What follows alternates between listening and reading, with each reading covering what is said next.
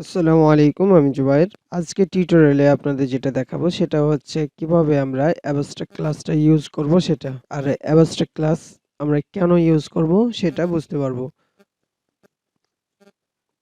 তো প্রথমে আমরা কি করে নেব, এখানে একটা অ্যাবস্ট্রাক্ট ক্লাস মানে একটা ফাইল তৈরি করে নেব। এটা হচ্ছে 6 নাম্বারই অ্যাবস্ট্রাক্ট ক্লাস ডট পিএইচপি নামে আমরা একটা ফাইল নিয়ে নেব। পিএইচপি শুরু এবং শেষ করে দিলাম এবং এর মধ্যে আমরা পিএইচপির কোডগুলো লিখব। তো প্রথমে আমরা আমরা জানি যে এভাবে কমেন্ট করতে হয়।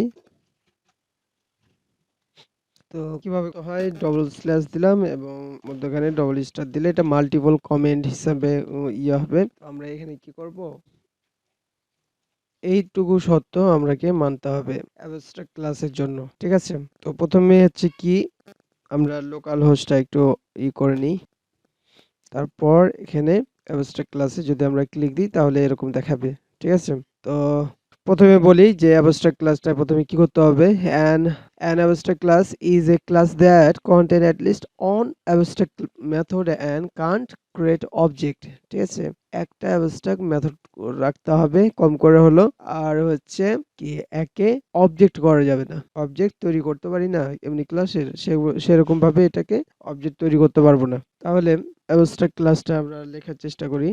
আমরা কি করব, এমনি সাধারণভাবে যে ক্লাসগুলা দিই না, যেভাবে লিখি যে অ্যাবস্ট্রাক্ট ক্লাস মানে এমনি ক্লাস যেভাবে লিখি, ক্লাসের নাম, তারপরে এভাবে শুরু করি। তার আগে কি দিতে পারবো আমরা, তার আগে শুধু আমরা যদি আমরা অ্যাবস্ট্রাক্ট লিখে দিই তাহলে সেটা কি হয়ে যাবে, অ্যাবস্ট্রাক্ট ক্লাস হয়ে যাবে।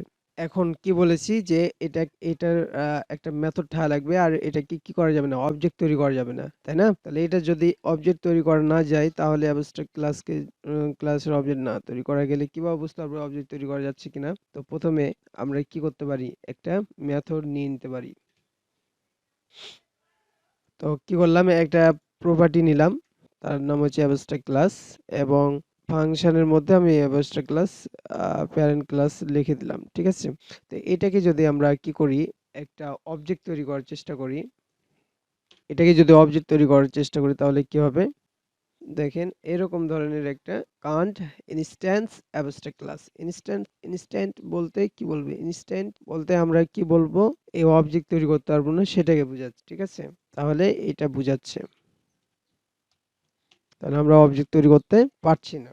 আর যদি আমরা অ্যাবস্ট্রাক্ট ক্লাসের অবজেক্ট তৈরি করতে না পারি তাহলে আমরা এগুলোকে ব্যবহার করব কিভাবে, তাই না? এটাকে ব্যবহার করার জন্য আমরা একটা ডিরাইভ ক্লাস ব্যবহার করতে হবে, তৈরি করতে হবে। এই যে এরকম ভাবে আমরা একটা ডিরাইভ ক্লাস তৈরি করে নেব। দেখ ডিরাইভ ক্লাস আমরা আগে তৈরি করে দেখাইছি। ডিরাইভ ক্লাসের নামটা দিলাম, আর এখানে হচ্ছে প্যারেন্ট মানে যেটা ডিরাইভ ক্লাস হবে সেটাকে দিয়ে দিলাম, এটা প্যারেন্ট ক্লাসকে দিয়ে দিলাম। আর আমরা দেখাইছি যে কিভাবে আমরা এটাকে ব্যবহার করব সেটা দেখাচ্ছি আগে। তো এইটাকে এখন যদি আমরা এটাকে কি করি, অবজেক্ট তৈরি করি। এই যে অবজেক্ট, এই ক্লাসের অবজেক্ট তৈরি করলাম, তৈরি করার পর এটাকে আমরা যদি একটা প্রিন্টারের মধ্যে দিই, এই প্রিন্টারের মধ্যে আমরা এই অবজেক্টটুকুকে নিলাম এবং ফাংশন নেম যেটা আছে এটাকে, তাহলে কি করব, আমরা এটার অবজেক্ট তৈরি করার সাথে সাথে এগুলো সব পেয়ে যাব। এগুলো তো জানি, আগের টিউটোরিয়ালগুলো বারবার আপনারা দেখবেন আর প্র্যাকটিস করবেন। তো ফাংশন নেমটা পেয়ে গেছি। তো এখন যদি আমরা করি তাহলে দেখেন এখানে যেটুকু লেখা আছে সেটুকু আমরা এখানে দেখতে পাচ্ছি, ঠিক আছে? তো এরকম ভাবে আমরা নিতে পারছি। একইভাবে আমরা যখন অ্যাবস্ট্রাক্ট একটা মেথড তৈরি করব, এট লিস্ট কি বলছে, অন অ্যাবস্ট্রাক্ট মেথড, এই যে একটা কমপক্ষে একটা অ্যাবস্ট্রাক্ট মেথড থাকা লাগবে, ঠিক আছে? তাহলে একটা যদি অ্যাবস্ট্রাক্ট মেথড থাকা লাগে, অ্যাবস্ট্রাক্ট মেথড তৈরি করব কিভাবে, দেখেন abstract method is a method that is declare, but not implement in the code. An abstract class or method is defined with the abstract keyword. এই abstract keyword এর মাধ্যমে class এবং মেথডটাকে কি করতে হয়, ডিক্লেয়ার করতে হয়। abstract ক্লাসের, তাহলে ক্লাস তৈরি করার সময় শুধু abstract লিখলে হয় এবং মেথডের আগে যদি abstract লিখি তাহলেই হয়ে যাবে। When inheriting from abstract class, the child class method must be defined with the same name and the same or less restricted access modifier. এটা বলতে, হ্যাঁ, এই যে আমরা এখানে যে এইটা দিচ্ছি না, অ্যাবস্ট্রাক্ট মেথডটা তৈরি করেছি সেটা ডিরাইভ ক্লাসে কি হবে? ঠিক এইরকম ভাবেই আপনাকে তৈরি করতে হবে। এখানে যে নামটা দেওয়া আছে সেই নামটা দিবেন এবং এখানে ভেরিয়েবল নামগুলো আপনি চেঞ্জ করতে পারবেন, বাট ভেরিয়েবলের এই ২ টা প্যারামিটার দেওয়া আছে না? ২ টা প্যারামিটার আপনাকে দেওয়া লাগবে। না তো ভুল দেখাবে। তো এটা করার জন্য আমরা কি করতে হবে? তাহলে এটাকে আমি আগেই কপি করে ফেলেছি। এটুকু কপি না করলেও হতো। মানে এখন যদি আমরা দিতাম, আমরা যেহেতু এখানে এই ক্লাসটা দিয়ে রেখেছি তো তাই ওইটা দেখাচ্ছে। এটা দেখেন আমি এটা দিয়ে ধরলাম। ধরার পর আমরা কি করব? এই যে অ্যাবস্ট্রাক্ট ক্লাসটা আছে না? এই যে এমনি ফাংশনের মতন যেভাবে ফাংশন তৈরি করি সেভাবে এইটুকু নিলাম। নেওয়ার পর এর আগের দিকে অ্যাবস্ট্রাক্ট দিয়ে দিলাম। এখন কি করেছি? এখানে যেভাবে প্যারামিটার গুলো দিয়েছি ঠিক সেভাবে আমরাকে ব্যবহার করতে হবে। তাই না? তাহলে কি করতে হবে? এইটুকু নিলাম। এইটুকু নিলাম। নেওয়ার পর এটাকে দিলাম। তো দেখেন এখন কিন্তু ইররটা চলে গেছে।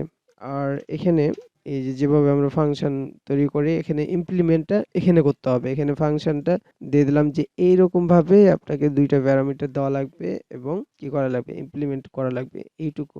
তো এইটুকু আমি যদি কপি করে আমি এখানে যদি আমি ইকো দিই তাহলে কি দেখাবে সেটা দেখতে পাবো। তো এটাকে আমি কমেন্ট করে দিলাম। করার পর এই যে আমাদের অ্যাবস্ট্রাক্ট ফাংশন নেম, এই ফাংশন নেমটাকে আমরা এখানে নিলাম। এখানে দেখেন এখানে কয়টা প্যারামিটার আছে? ২ টা আছে, তাই না? আমি যদি একটা পাঠাই তাহলে দেখেন এরকম একটা কি দিবে? এরর মেসেজ দিবে। ঠিক আছে? মানে আপনাকে ২ টাই পাঠাইতে হবে।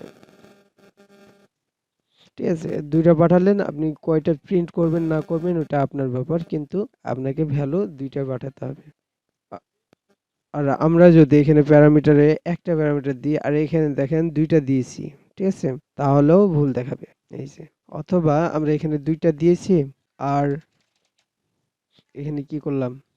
একটা দিছি। তাও ভুল দেখাবে। তো আমরা এখানে আপনার ইচ্ছা মতো নাম দিতে পারবেন। ঠিক আছে? এই ভেরিয়েবলের নামটা আলাদা দিতে পারবেন, সমস্যা নাই। কিন্তু আপনাকে প্যারামিটার গুলা আপনাকে ঠিক রাখতে হবে। দেখেন এখানে শুধু আমি V1 V2 দিয়েছি তো এই যেভাবে দিতে পারো। আর এখানে দেখেন আলাদা নাম, এখানে আলাদা নাম। কিন্তু আপনাকে প্যারামিটার যে ২ টা দিতে হবে সেটা আপনাকে সেভাবে দিতে হবে। তো এভাবেই আমরা কি করব? অ্যাবস্ট্রাক্ট ক্লাসটাকে শেষ করতে পারবো। ঠিক আছে? আর আপনি যদি মনে করেন যে এটা যোগ বিয়োগ করতে চান তাহলে এখানে যোগ বিয়োগ যা করার সবই করতে পারবেন। জাস্ট শুধু এটার কি ইউজটা দেখেন। তাহলে তাহলে কি হলো? এটুকু আমরা বুঝতে পেরেছি। তো আজকের টিউটোরিয়াল আমরা এখানেই শেষ করতে যাচ্ছি। আল্লাহ হাফেজ।